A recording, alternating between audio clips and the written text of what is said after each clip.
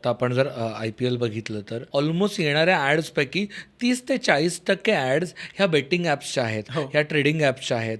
ह्याचा व्हॉल्यूम काय आहे? आता लेटेस्ट आकडेवारीनुसार मी असं वाचलं की 25 कोटी फक्त ड्रीम इलेव्हनचे युजर्स आहेत. जेव्हा सोसायटीमध्ये बेटिंग गॅम्बलिंग याचं प्रमाण वाढतं, त्याचा असा पण अर्थ होतो की सोसायटीमधल्या एका मोठ्या सेक्शनला इथिकली वेल्थ क्रिएशन होऊ शकेल याची गॅरंटी वाटत नाहीये. हा एक शॉर्टकट वाटतोय त्यांना. सायकोलॉजी ऑफ मनी बुकमध्ये मॉर्गन हाऊसेलचा एक टॉपिक आहे, नो वन इज क्रेझी म्हणून. तर त्यामध्ये पण तो म्हणतो की लॉटरी घेतात लोक किंवा बेटिंग करतात, गॅम्बलिंग करतात, आपण त्यांना डेमोनाइज करतो, पण आपण त्यांच्या बाजूने जर विचार केला तर कदाचित त्यांच्यासाठी हा एक होप असतो शेवटचा, की कदाचित हे करून तरी माझ्याकडे पैसे येतील एका इकॉनॉमिक क्लासमधून अपवर्ड मोबिलिटी मिळवण्यासाठी, तर मी हे तरी करून पाहतो. दुसरी गोष्ट म्हणजे की लो एंट्री बॅरियर म्हणतात, 10, 20, 30 रुपयांमध्ये तुम्ही हे करू शकता.